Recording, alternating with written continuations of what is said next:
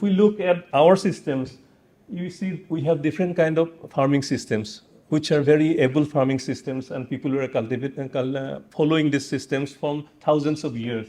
Like organic farming. Organic farming is the contribution of India only. Now the Western countries are adopting this organic farming, but we have been practicing organic farming from the Vedic yugs. So this is a very good for the environment. They do not give up any unnecessary material in the production system. Then terrace farming of Himalayan regions. As you can see in Himalayan regions, including our northeast states, we have a lot of terrace gardens. So this is the example of utilization of land resources in the most efficient way, because their terrains are hilly. They cannot grow all kind of crop. They cannot retain water in those. So terrace farming was a way that solves many of the problems for the tribal people. Then Zoom cultivation, you might have heard in Northeast, Zoom cultivation is a very age-old process.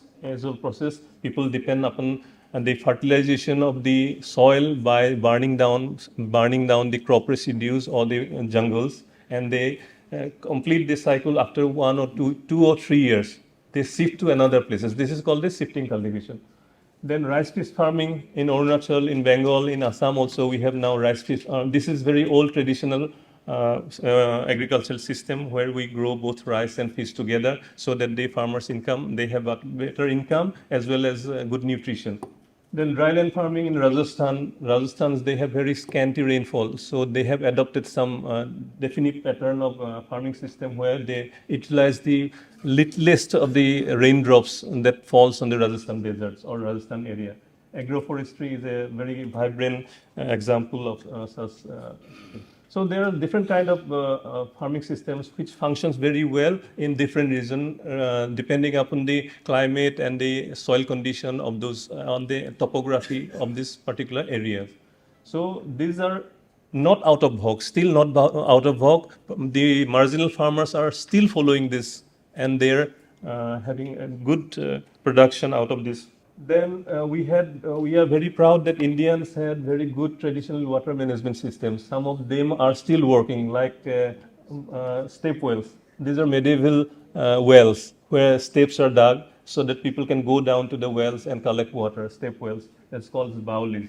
Then tanks and reservoirs. If you go to the South India, you will see all the drinking water till today is brought from the tanks which were dug thousands or hundreds of years ago. In Assam also, we have big ponds where this is a source of water collection, rainwater harvesting system actually, and we still use them for drinking water and irrigation. Very big ponds are there in Jorhat, Sibsagar district, as well as strewn all over the district, Assam.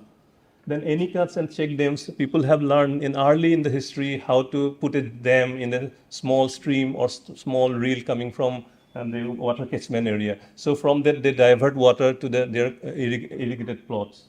Then coulees in Himachal Pradesh, this is a way how to divert the water from a mountainous stream to their valleys so that they can irrigate their crops there in the coulees. This is the coulee system. Then Eri system in Tamil Nadu, this is another. Khadins is the one. This is a typical system used in Rajasthan where the single drop of rainwater is harvested by putting a check dam there.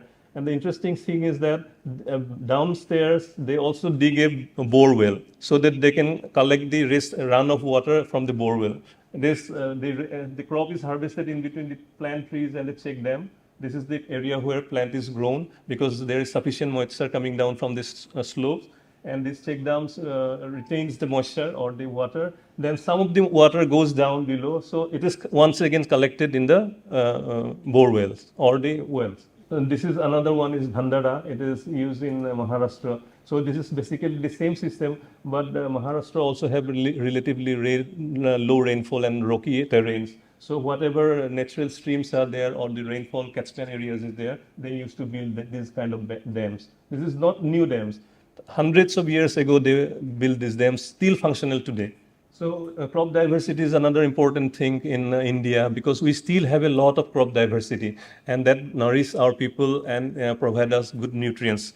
Because if you look in some other countries, they have already almost lost their entire crop diversity. They are dependent on few crops, vegetable, if 2 or 3 vegetables, and fruit crops, 2 or 3 fruit crops. But in our country, in every district, in every state, you will find different set of crops are being grown according to their climate, according to their soil type. So still we have a large crop diversity, and that is reflected in our platters, in our plates. So we eat different kind of foods altogether that supports our nutrition and besides providing the energy that we need.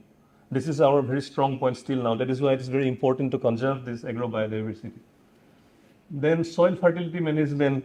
From ancient time, we have been practicing these things, composting, green manuring. This is nothing new, although we still teach the people, farmers, how to do that. But this has been done thousands of years ago. Composting, green manuring, vermicomposting, crop rotation, agroforestry, indigenous microorganism. It seems that we only recently discovered the microorganism application in the agricultural fields, but people have been doing it from a long time. And the cow dung, the urine of the cow, it contains natural microorganisms that fertilize the soil. So people have been utilizing it from a long time. There's nothing new about it. And these are the different crop disease pest management methods that we have on it.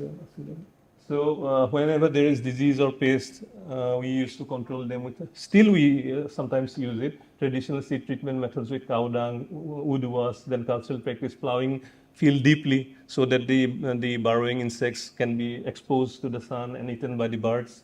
Then the crop diversity and rotation, we maintain the crop diversity in the field. That means we go for mixed cropping or intercropping, and we put a lot of crops together, particularly in our small homestead gardens. In Assam also, you will see that there is a large diversity of crops that we plant together. One important thing about this crop diversity within a very small area is the protection of the crop from the disease and pest, because they have different species growing together. So the opportunity of the insect pest or disease to infect them is less. This is why this crop rotation, crop diversity in the plant is very important. Then intercropping and companion planting. This companion planting is done mainly to attract the disease and pests to that crop instead of our own targeted crop.